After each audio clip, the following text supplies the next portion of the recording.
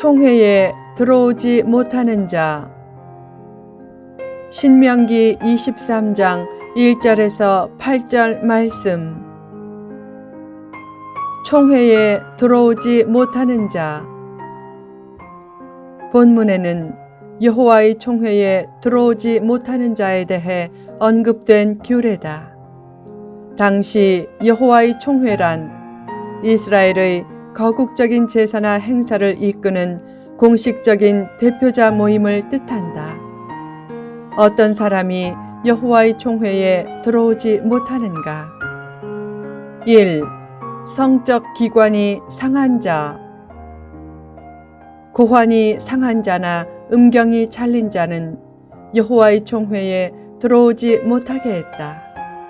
이 규례는 남녀의 성 정체성을 함부로 바꾸지 말고 가정을 잘 지키라는 교훈을 준다.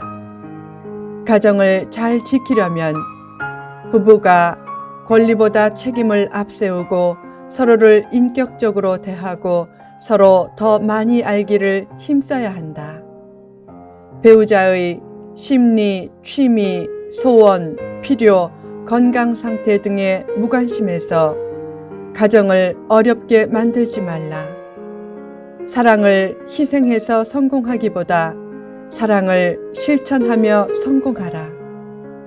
배우자에 대한 태도가 결혼 전과 크게 달라지면서 가정 문제가 시작될 때가 많다.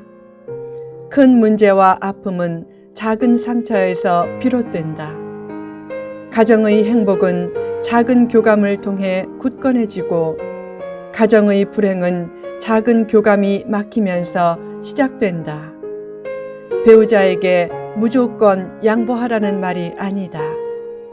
다른 것이 있어도 서로를 존중하며 얼마든지 교감할 수 있다. 요즘 부부는 교감이 없어서 부부간의 평균 대화 시간이 1시간도 안 된다고 한다.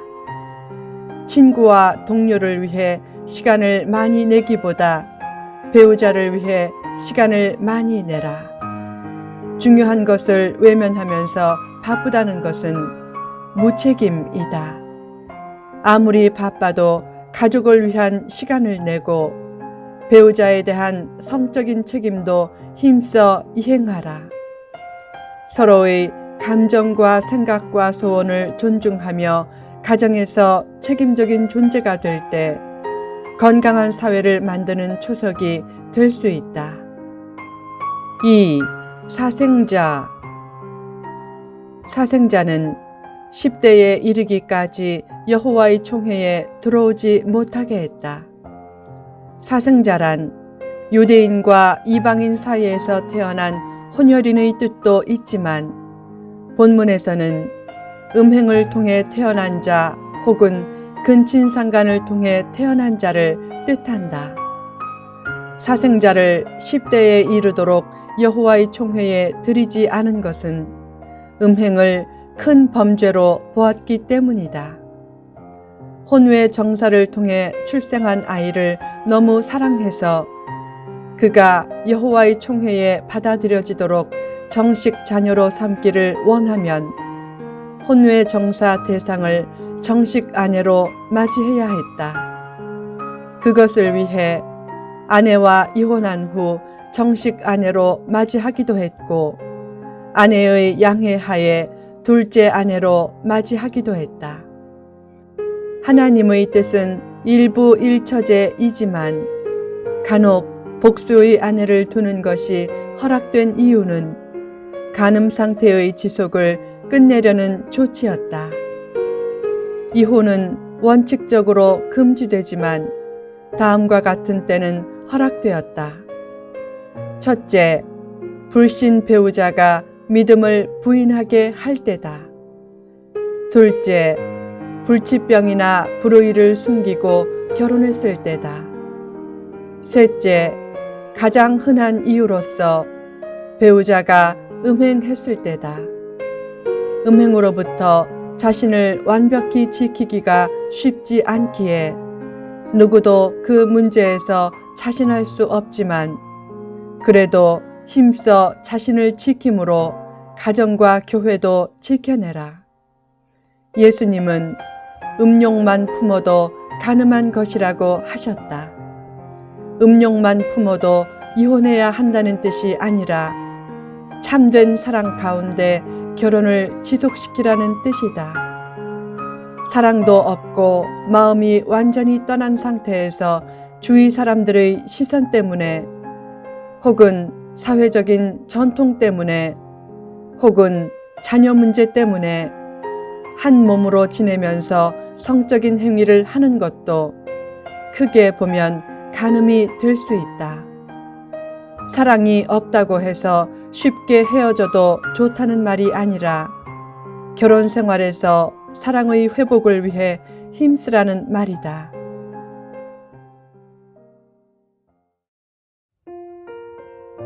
(3) 암몬 사람과 모압 사람.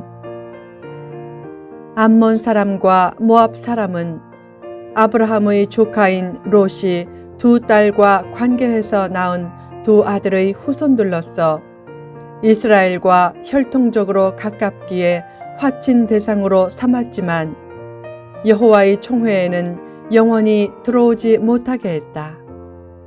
또한 이스라엘에게 저주가 임하도록 사주한 모압인과 암몬인에 대해서는 평생에 그들의 평안함과 형통함을 구하지 말라고 했다. 사적인 미움과 원한 때문이 아니라 하나님의 공의를 세우기 위해서였다. 이 규례는 하나님이 성도에 대해 저주하는 것을 매우 싫어하심을 잘 알려준다. 내가 남을 저주하지는 않아도 남이 나를 저주할 수 있다. 특히 잘못된 종교인은 저주의 말을 내세워 사람을 속박할 때가 많다. 그래서 저주하지 않는 것도 중요하지만 저주의 사슬에 속박되지 않는 것도 중요하다. 저주의 사슬에 속박되지 않으려면 실제적인 행동 지침으로 두 가지가 꼭 필요하다. 하나는 과거의 좋지 못했던 일은 최대한 잊어버리는 것이고, 또 하나는 과거의 좋았던 일은 최대한 기억하는 것이다. 과거의 좋지 못했던 기억의 줄을 과감히 끊지 않으면 행복한 미래가 펼쳐지기 힘들다. 사람들은 일반적으로 저주를 무서워하지만 사실상 어느 누구도 하나님의 자녀를 저주로 올가매지 못한다. 결국 남이 나를 저주하는 것이 아니라 오히려 내가 나를 저주하는 것이다. 내가 스스로 과거의 좋지 못했던 기억을 끊지 못하는 것이 최대 저주다. 과거에 누가 저주의 말을 했든 상관없다. 하나님 안에서 내가 그 사슬을 담대하게 끊어버리면 된다. 과거의 아픈 상처와 기억을 남이 끊어주는 것이 아니라 하나님을 믿는 믿음 안에서 내가 끊는 것이다. 내가 끊으면 하나님의 자녀인 나를 아무도 저주할 수 없다. 과거의 좋지 못한 일을 잊어버리는 것은 내일의 풍성한 삶을 살기 위한 필수 요소다. 반대로 과거의 좋은 일은 최대한 아름다운 기억으로 간직하라. 4. 에돔 사람과 애굽 사람. 에돔 사람은 야곱의 쌍둥이 형인 에서의 후손들로서 야곱의 후손인 이스라엘과는 형제국이다. 그들도 광야에서 지내던 이스라엘을 박대했지만 하나님은 형제국으로서 관용을 베풀어 그들을 미워하지 말라고 하셨다. 또한 애굽 사람도 미워하지 말라고 한 것은 이스라엘이 애굽에서 400년간 압제를 당했어도 강제로 끌려간 것이 아니라 스스로 내려갔기 때문이다. 결국 그들이 당장은 여호와의 총회에 들어오지 못해도 3대 후 자손은 여호와의 총회에 들어올 수 있게 했다. 이 규례는 사랑과 화평과 관용의 중요성을 잘 교훈한다. 인간관계를 할 때나 공동체 생활을 할 때 오해하는 편보다는 이해하는 편을 선택하므로 힘써 사랑과 화평과 관용을 실천하며 살라. 문제가 생길 때마다 비리를 폭로하고 양보 없는 주장을 펴는 식으로 나오면 복된 공동체 생활이 펼쳐지지 않는다.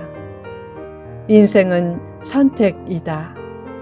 사랑과 화평과 관용을 앞세워 최대한 이해하고 사랑하는 편에 서면 인생의 질이 크게 높아진다. 사람은 사람의 형편을 모르는 부분이 훨씬 많기에 삶의 기본 틀을 이해와 관용에 두라. 자기 경험과 기준으로 상대를 잘 안다고 여기지 말라. 몇십 년을 같이 산 부부도 서로를 모를 때가 많다. 사람마다 성격도 다르고 바디 랭귀지도 다르다.